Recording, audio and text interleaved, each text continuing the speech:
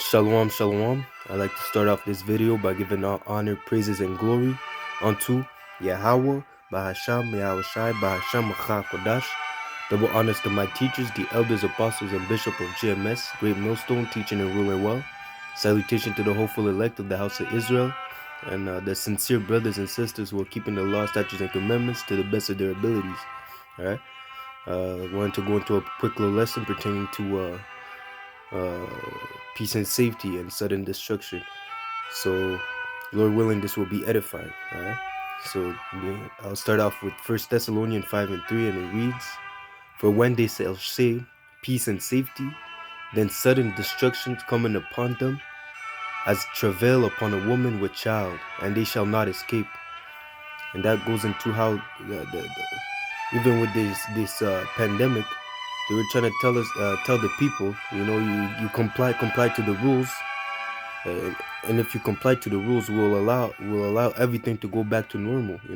Flatten the curb, save lives, take the shot, take the 3-point, take the 3-point shot, the half-court shot, take a chance with us, take this the serpent's juice, and everything will go back to normal. Now they're coming to the point where they realize, these people are not gonna bow down. Let's just cut loose with this. They want to bring these things to an end. They want to take their mandates to an end. So at this point, everything's is coming back to some sense of normalcy. In a sense, they're gonna take off the mandates, the passport mandates, and all this stuff. But we know that when, as it says here in 1 Thessalonians 5:3 again, for when they shall say peace and safety, so that they have that perception, people having their perception, oh, okay, they're taking off the restrictions, so everything's going back to normal. Now they're they're off the edge. They're dropping their defenses. They're not on the defensive now. The people are gonna think that, okay, everything's gonna go back to normal. But then it says, then sudden destructions coming upon them as travail upon a woman with child, they shall not escape.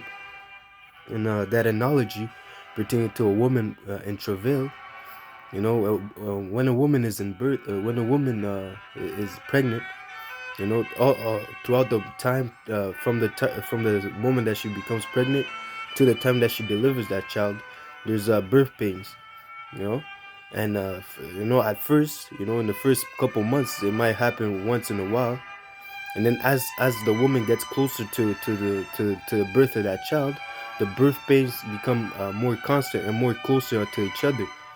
So that's as if that precept in Amos, I believe Amos 5, pertaining to how the day of the Lord is darkness.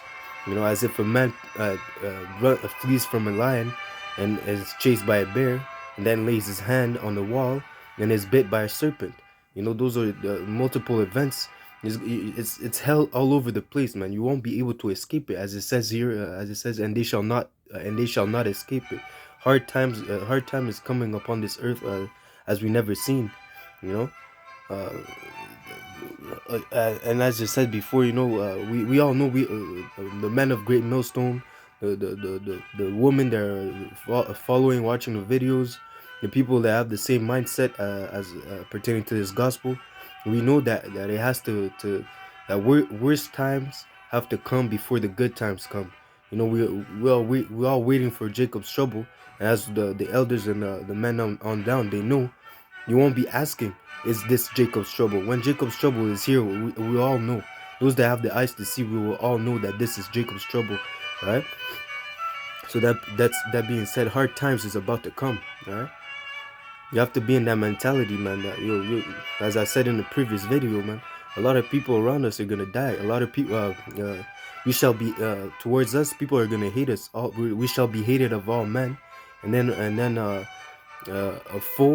a man's foe shall be one of his own household. So you have to look. A lot of people are gonna betray you. If your own family is gonna be against you, how much more the people outside? How much more these Edomites?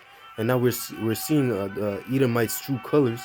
We're seeing their true colors just by how they're reacting with these this situation in Ukraine. How they're not allowing so-called black people onto safety. They're not allowing so-called black people on trains to escape. They're prioritizing the so-called white people. Okay, and so we're seeing that hate, that the true colors of Edomites. You see, a lot of people out here seeking to get along with the so-called white man. But this guy, right now, where everything is well, especially in this time in America, Babylon the Great. Now that everything is, there's no much a high stake of hell going on. Everyone wants to get along. But when the time comes, when all that hell that's happening in Ukraine gets to Babylon the Great, aka America, you'll see also the true colors of these Edomites, man. Your so-called neighbor, your best friend, he might pull a shotgun on you and tell you to get off the property. You see, get off his property. I'ma shoot you too, nigga.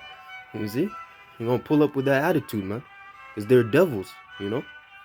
Right now they can hide it because everything's going well. But when the gas goes up, when there's no food in their fridge, you know, famine and pestilence is rampant. These people are gonna turn, and that's what it means by as a woman in travail, right? Because when the water breaks, and I believe that through the spirit, when the water breaks, that's Jacob's trouble, because now we're getting closer and closer onto Jacob's trouble. When that water breaks, the child must be delivered. Okay, there's no going back. You need to get that woman to the hospital. That woman needs to get to the hospital and deliver the child. And that's when the pain the pain comes in. You know, before it was just in sequence. The pain was in sequence, but now when the water breaks, the pain is there. That baby needs to come out. You see. So it says here in Second Ezra 16:37, behold, the plagues draw near and are not slack, as when a woman with child in the ninth month bringeth forth her son, with 2 or 3 hours of her birth, great pains compass her womb, which pain, when the child cometh forth, they slack not a moment. You see, so those pains, as I was saying before, the day of the Lord is darkness and no light, and not light, because at that time, hell, hell as a living condition, horrible atrocious living conditions as never has seen throughout the history of mankind, pertaining to Jacob's trouble, is going to be upon this earth, man. You won't be able to trust your so-called good friends or neighbors. And the only people that are trustworthy, honestly trustworthy in this world, the people that you want close to you are people that fear Yahweh Bashem Yahushai, because those people, us brothers and sisters that believe in the doctrine of Great Millstone, the doctrine of Yahweh Bashem Yahushai, we move by a code which is the fear of Yahweh Bashem Yahushai, the keeping of the laws, statutes, and commandments. We're not gonna backstab anyone. We're not seeking for our own glory. We're actually here even seeking for the benefits of our neighbor. Meaning the Israelites that fear Yahweh Ba'Shem Yahshai. You know, because these other Israelites, the 2/3 that don't fear the Lord, man, they're worse. They might as well be called a nigger. They might as well be called a black. Void of light. Because really, that's what they are. If a man speak not according to to the law, to the testimony, they have no light in them. So yes, they're black. Yes, they're Negroes. Yes, they're Jamaicans. Yes, they're Levi. Yes, they're Haitians. You see, yes, they're Mexicans, Dominicans, or Africa. All those bywords, and but they're not Israelites. Okay, because they do not fear Yahweh Hashem Shai. They're not to be concerned. You know. The people that you want close to you are those that fear Yahweh Hashem Shai. You see? And again it says here, even so shall not the plagues be slack to come upon the earth, and the world shall mourn, and sorrow shall come upon it on every side. So everywhere you turn, there's hell. There's hell waiting for you, man. You escape gunshots. You get to you escape gunshots, and then you find yourself a little bit of food. You fall upon a box full of bananas. You grab that box, you run back home. People are there to rob you at gunpoint. They spare your life, but then you cross the street, you get hit by a car. You know, then you're done. You're in the spirit realm. There's gonna be events like that, man. People are just gonna, or you might find yourself chained up in the basement with a cannibal waiting to eat you. Next to people all chained up. You're the next one to go. He's about to chop off your leg. You see? So yeah, those plagues are gonna come, man. These people, you have to put that in mind that, as a woman with child, man, that's a beautiful analogy because, You have to, because most people, they know what it is like, to be around a woman that is about to deliver. Most you women, you understand this. When it's time to deliver that child, man, the pain. I believe that the pain of childbirth is one of the most painful experience. Uh, one of the most painful experiences. You know, for humans. You see, for the woman, but in the pain scale, the childbirth is one of the most painful experiences. You know. So that being said, so you can put that in perspective of how the times that we're gonna come in are gonna be. And it says here in John 16:21, a woman when she is in travail had sorrow. See the sorrow, and that's why ultimately the men of Yahweh Shem Rasha were in the house of mourning, okay? Because we're crying inside to be delivered until Yahweh Shem Rasha. We want to be delivered. We want to come out of this world. We want to be saved. We want salvation. Okay, and it says here, because her hour is come.